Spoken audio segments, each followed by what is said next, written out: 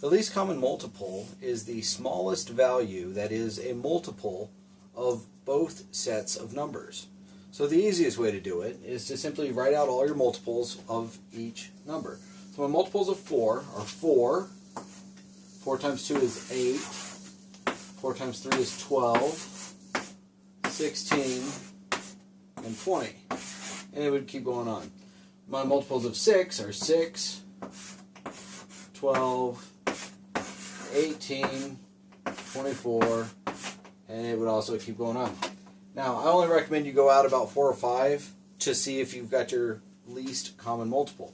And so I'm looking for the same number that's in both sets. Well, my smallest number that's in both sets is the 12. So my least common multiple of 4 and 6 is 12. Now that's a pretty simple way to do it if you've got relatively small numbers. But as those numbers get bigger, you might want a little bit more elaborate way of doing it. That's going to make it a little bit faster.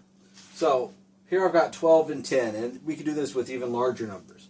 But what I'm going to do is I'm going to take my 12 and my 10, and I'm going to do what's called the prime factorization.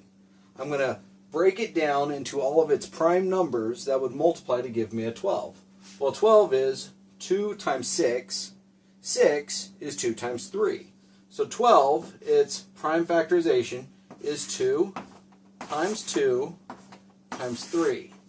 Well, 10, its prime factorization is simply 2 times 5. So to find another method to find the least common multiple is to take your unique factors and then multiply them all together. So here, in this set, I've got 2, 2, 3. Here I've got a 2 and a 5. Well, I've got a 2, so I'm going to multiply by a 2. This 2 is unique now, so I'm going to multiply by 2.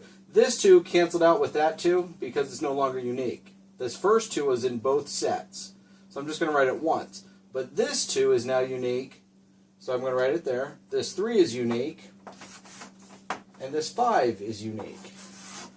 So I could take 2 times 2 times 3 times 5. 2 times 2 is 4, times 3 is 12, times 5 is 60.